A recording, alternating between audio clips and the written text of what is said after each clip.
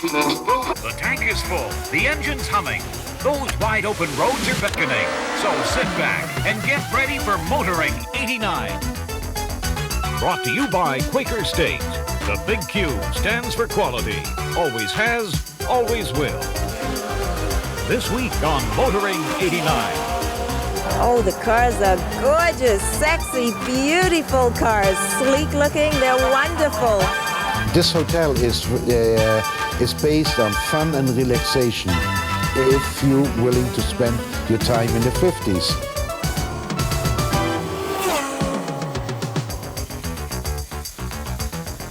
It's called Blackfoot. What can I tell you? I got it for Christmas. Hello, everyone, and welcome to Motoring 89, the program for you, the driving audience. I'm on the beach here in sunny Florida. Now, have you ever noticed when you're in Florida, there is no shortage of hotels? Well, you may have also noticed that those hotels tend to look the same. Well, our opening story is about a hotel that is anything but average. In fact, it's a classic right down to its front bumpers.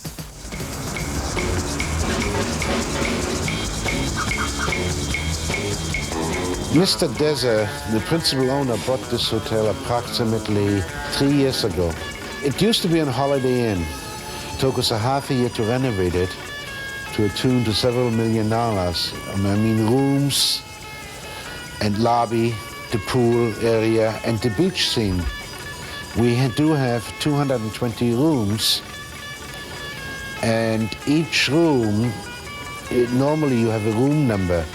We have both. Each room has also a name of an antique car, of a car in America. It was quite difficult to find 220 rooms, names.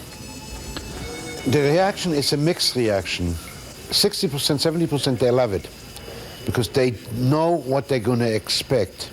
Our advertisement says we are a unique quality, and why we are unique? Because we deal in classic cars.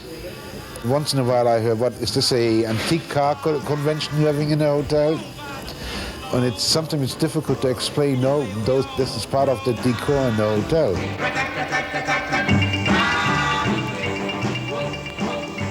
We like the old times. We go to a lot of 50s times and 50s paraphernalia, and I have a 55 T-Bird of my own, and we like this time of thing. We're going on a 50s cruise down here, and we're going to stay at a 50s hotel. It's great. I love it. 16 years old again. 16 candles. Most of the cars are drivable and operating. We have on our staff here in the hotel presently 2 people full-time doing nothing but taking care of the cars. For instance, this 36 Ford, we have entered into a race called the Cannonball Run, which is going to be from Miami to San Francisco. We did find a 36 Ford brand new 4-cylinder engine. We had an awful lot of time to find a brand new engine because Mr. Deser does not believe any plastic or reproduction. You find close to 90% on the parts of those cars that they're all original parts. 'Cause you've got personality, walk with personality, talk with personality, smile with This hotel is based on fun and relaxation if you're willing to spend your time in the 50s. 1 little, 2 little, 3 little spark plugs, 4 little, 5 little, 6 little spark plugs, 7 little, 8 little worn out spark plugs, wasting gas and power. Check those worn out spark plugs, check and change to Champion spark plugs. Champion, Champion, Champion spark plugs, they'll save gas and power.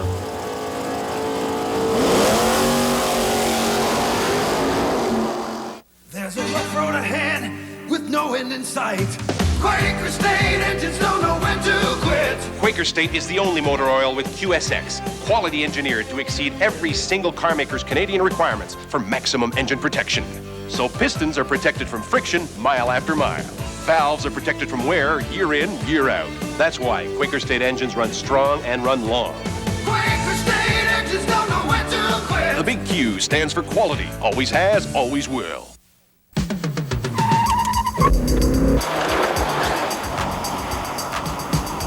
Test Drive with Graham Fletcher. Many of you will remember the Datsun 240Z. Well, this week on Test Drive, we're looking at the Nissan 240 SX. Although very similar in name, in nature it's totally different. However, it shares the common rear-wheel drive platform, and that is to Nissan's credit.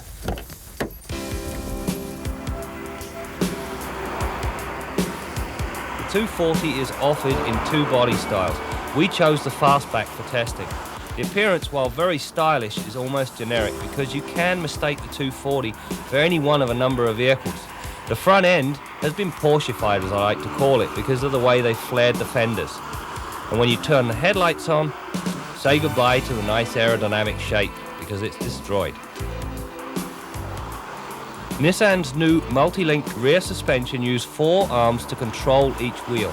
Their geometry and range of movement made the 240 SX extremely nimble and easy to control. The car is well balanced and handling is as near neutral as you're going to get it. Now we're on the skid pan, we're going to run the Nissan through the cones and find out if Nissan really did do as good a job as they claim on their multi-link rear suspension.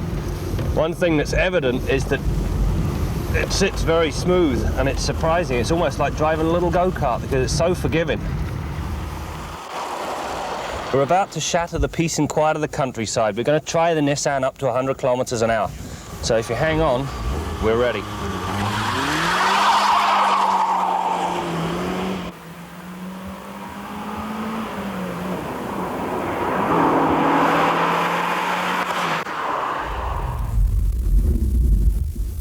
There you have it, 9.4 seconds, which is quick. The 2.4 litre 12 valve certainly does its stuff.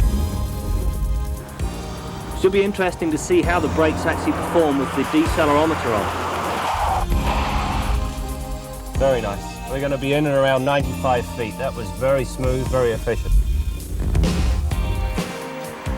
Both the heater and the radio controls are well placed and easy to use, and I did like the use of the universal symbols on the heater controls to indicate what they do. Typical of most sports coupes, the rear seat in the 240 is difficult to get to, and once seated there is virtually no legroom and very limited headroom. However, it does provide plentiful storage, especially when you remove the parcel shelf and fold the rear seat down. As you can probably hear, I caught a cold in the country, so we came into the warm and to the Toronto Auto Show. My pet peeve with the 240 is not so much with the speedometer, but the location of it. I've put it in a subordinate place, and it should never be put there. The speedo has to be the dominant gauge. That aside, let's go to the scoreboard and see how I rated the rest of this very capable car. The stops were stable and predictable, and the option of the anti-lock brake system is certainly a good one. At 9.4 seconds to the 100 mark, there's certainly no shortage of power, and I was pleasantly surprised by just how smooth this large 4-cylinder is.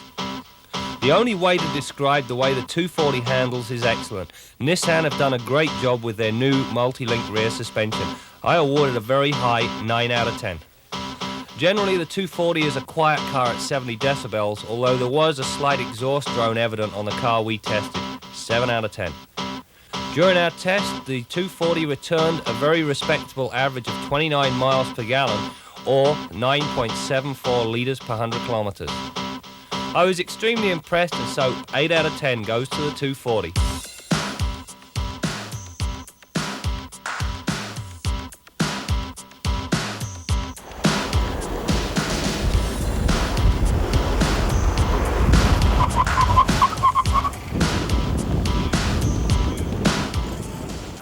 Well, our number one mechanic, Bill Gardner, is standing by, and this week he's going to be talking about gauges, and we'll join him in just a few minutes. But right now, we're going to talk about hubcaps. And when in Florida, the place to talk about hubcaps is the Hubcap House. Let's check it out. Okay, now this is the one that you're looking for right here. Mm-hmm. Okay, that's a 1099. I gave you my card. Okay. And I got the number on the back of it for you. And then when you can call, you just refer to that number. Okay, okay. About next week, you said? About next week. Okay. Yeah. Okay. Thank you very much. Thank you, Frank. We have inventory right here is around 10 or 12,000 in this store. We have the largest inventory in South Florida. That's a very genuine wire wheel cover? Well, genuine wire. Oh, yeah. Yeah, I see what you're talking about. I see it now. It's a 14-inch wheel. Well, I happened to be down here visiting or vacationing last winter, and with my restored 74 convertible with its original wire wheel covers, and about the second week I was here, I looked out one morning and I didn't have any wheel covers left. So I went up and looked around and finally ended up at the store that is about 30 miles north of here, which is our parent store, and bought a new set of wheel covers and also bought a new business. So that's the reason we're here. Our customers, a lot of the, it's funny because when you get down south, of course, we tend to get more business in the wintertime because we get customers from up north, but they come down to Florida and it seems like they see a lot of shiny cars and they want to fix their cars up, so they usually end up buying new wheel covers, a lot of them.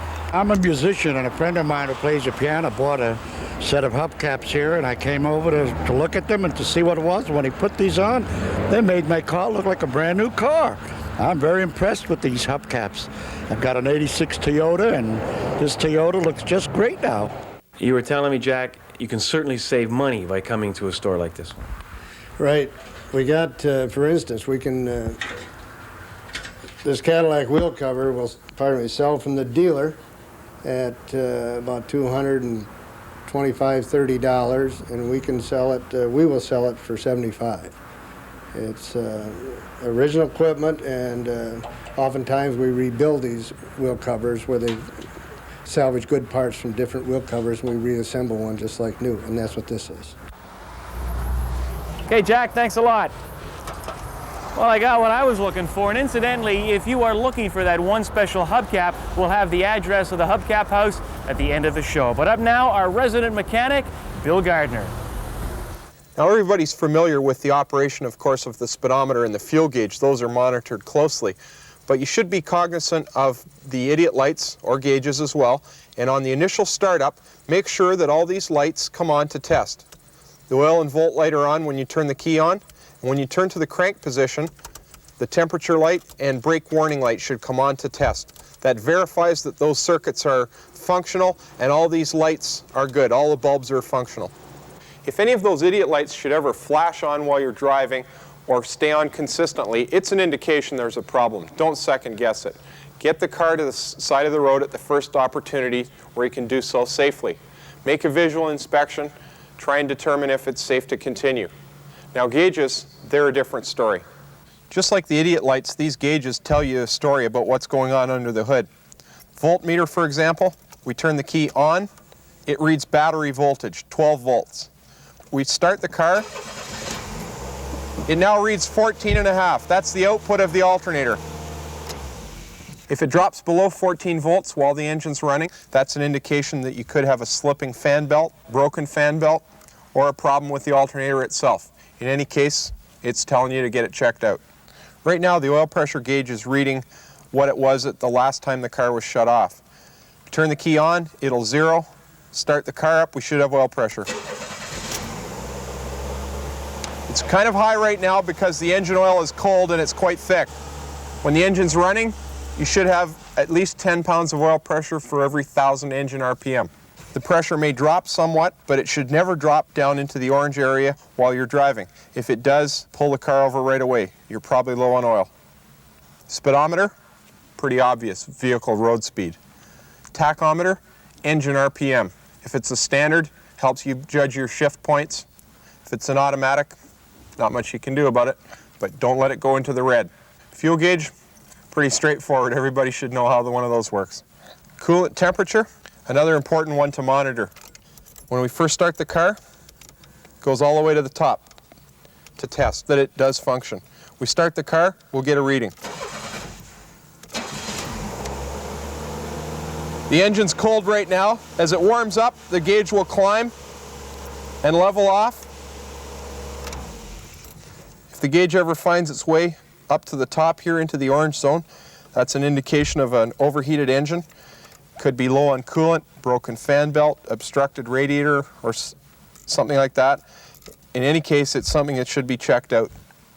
Whether you have idiot lights or full instrumentation, I can't overstress the importance of periodic inspection of all the fluid levels and conditions under the hood, weekly or at least every time you fuel a car.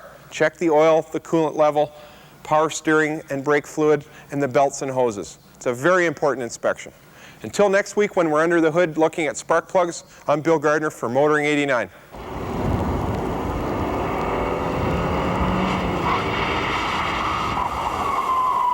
And now, behind the wheel with Charlie Goodman.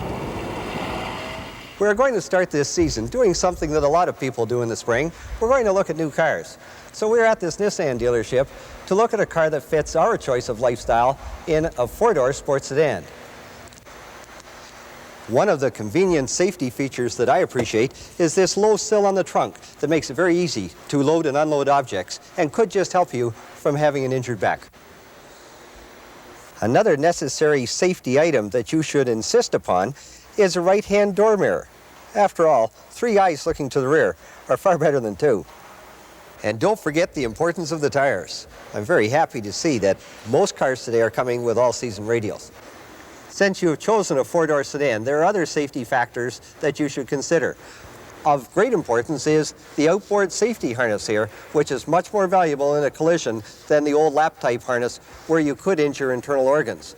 Also, if you have children, do not overlook the significance of the windows that don't go all the way down so they can't fall out. And also, don't forget the child-proof safety locks in the door.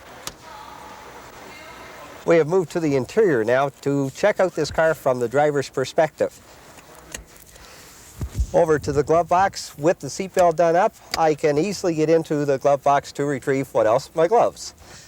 And moving over to the heater and air conditioning controls, the buttons are quite large and working them is quite a simple matter. Moving down to the radio, not too much of a problem with on-off or the scan, but the small buttons, I wouldn't be surprised if they aren't a problem a little later on. Moving down to the handbrake, full marks here, very easy to pull on, very easy to release, much more effective than the type that's operated with a foot pedal. However, we have the glove test here. Now back to the air conditioning and the heating controls. Still no problem using the glove. Easy to make function. Down to the radio, on, off, quite simple. Scan works well. Over to the station control buttons. Oh, here's our problem. All of a sudden we're getting 2 stations at once. This difficulty in adjusting the radio stations just might distract you from the task of driving safely. As you know, folks, every car should have a dead pedal where you can plant your left foot to brace yourself in the seat for those evasive maneuvers. Since everything checks out, it's time to take this car out on the road for a real test. That's next week on Behind the Wheel. Still ahead on Motoring 89, the fun, the sun, and the cars. For $11,589, you can bulk up a hard-body king cab with all these options. And we'll throw in this attractive carrying case for nothing. For $900 worth of options at no extra cost, see your nearest Nissan dealer now. The Nissan Sentra costs $1,000 less than a Honda Civic. And in terms of reliability, it has a much better health record. See your nearest Nissan dealer now. There's a rough road ahead with no end in sight. Quaker State engines don't know when to quit. Quaker State is the only motor oil with QSX, quality engineered to exceed every single car maker's Canadian requirements for maximum engine protection. So pistons are protected from friction mile after mile. Valves are protected from wear year in, year out. That's why Quaker State engines run strong and run long. Quaker State engines don't know when to quit. The big Q stands for quality. Always has, always will.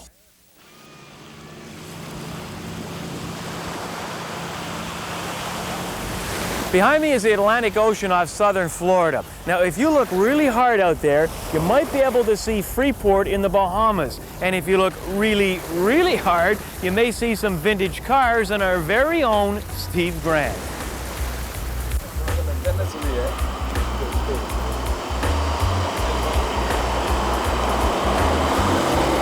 You know, when they said go to the Bahamas and cover a vintage car race, all I could think of was the beach and the sand, a couple of pina coladas, taking it easy. Then they gave me this car. This is a 1989 Lotus Esprit. You won't see many of these on the island. In fact, this is the only one It's far from a vintage car, only has 1,000 miles on it. But by the time Dan and I get through with this baby, probably not more.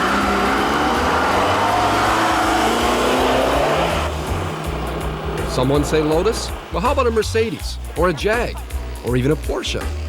Oh, the cars are gorgeous, sexy, beautiful cars. Sleek looking, they're wonderful. You can say that again. In fact, finding a car of your dreams really isn't that difficult at a vintage car race, especially when the backdrop is Freeport, the Grand Bahamas.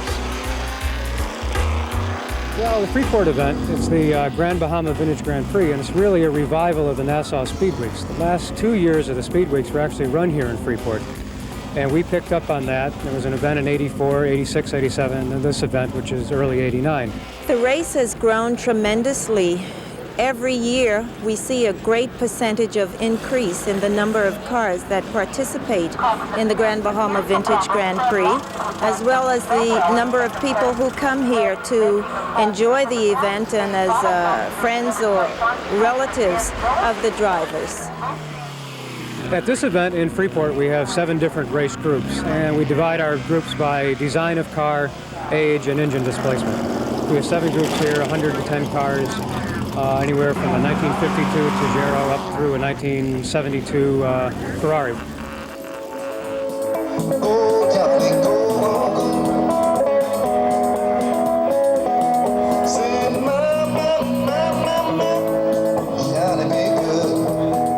A large Canadian contingent escaped the winter blahs for this.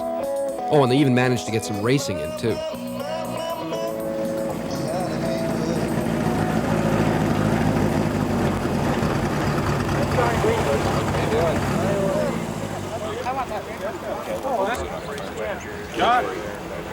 John, pretend you're enjoying yourself now. Give us a wave, give us a wave. Well, I started to look for a car that my sons and I could restore, and I was looking for something that was unusual, and I was lucky enough to find a twin cam. There are only every 2,000 of them built, and most of them disappeared, so they're very, very rare, which is part of the fun. How are you running, my friend? I'm ready. It's a nice day for racing. Stopped, but I am. Yeah, well. That's good. It just shows the adrenaline's pumping in. Look at this. You come all the way to the Bahamas, and who do you run to? Charlie Goodman. Hi, Steve. What are you doing here? Well, you know, these cars are the same age as I am, so I can relate to these things. Now, your pal Terry Martell's out here racing his Lotus. Yeah. Where's your car? Parked over by the docks, right where it ought to be. This is a holiday, and that's exactly the way I want to keep it, I got to tell you. We're having a blast here, though. It's just fabulous, I got to tell you. Okay. Nice to see you guys, too. Who are you rooting for? Guess who? Go, buddy.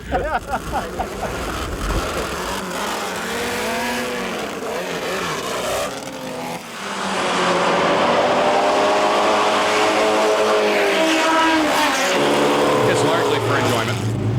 It's not serious racing. Not serious? I'll try telling that to the owner of this Porsche.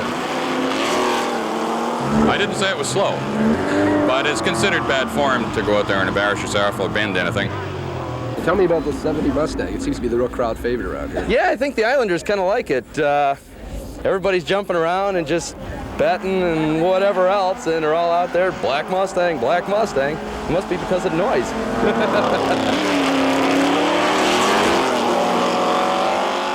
God, they love cars to the extent that I've never believed that there's a Ferrari that's running out here today that's, without question, at least a $2 million car.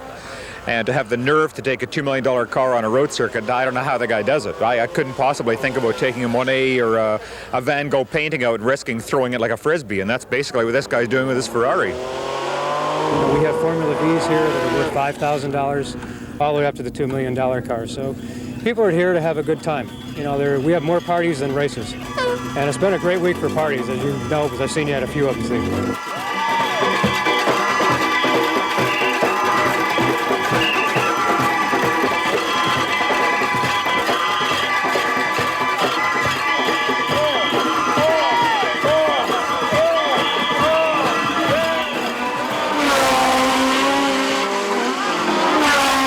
That brings to an end our trip to Freeport in the Bahamas, and it's been a great weekend. We got some great sunshine, we got to lie on the beach, we got to see some great auto racing, got to drive a beautiful car.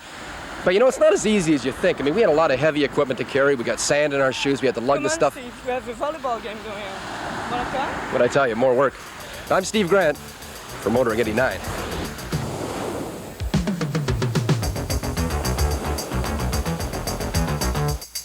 Well, that's it for this edition of Motoring 89, this one coming to you from Florida. So until next time, I'm Brad Diamond wishing you a pleasant week.